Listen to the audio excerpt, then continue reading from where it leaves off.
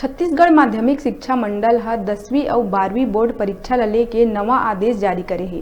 मंडल ह एदारी सब्बो स्कूल मन ल परीक्षा केंद्र बनाहे, जेखर तहत छात्र मन ल परीक्षा देहे दूसर स्कूल म नहीं जाना पड़े।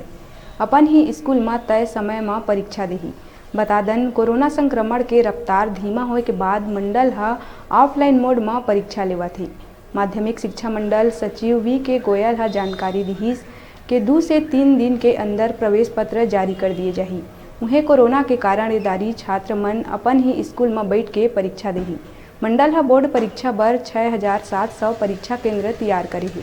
छत्तीसगढ़ माध्यमिक शिक्षा मंडल द्वारा जारी टाइम टेबल के अनुसार प्रदेश में 2 मार्च से बोर्ड परीक्षा शुरू हो जाही। 12वीं बोर्ड के परीक्षा 2 मार्च से शुरू होकर 30 मार्च तक चलही। उन्हें 10वीं बोर्ड के परीक्षा 3 मार्च से शुरू होही और 23 मार्च तक चलही। दोनों ही बोर्ड कक्षा में पहला पेपर हिंदी विषय के होही। परीक्षा के समय बिहनिया 9 बजे से लेके 12:15 तक तय करे गए। एकर अलावा फिजिकल एजुकेशन के परीक्षा भी 3 मार्च से शुरू होके 11 मार्च तक चलही।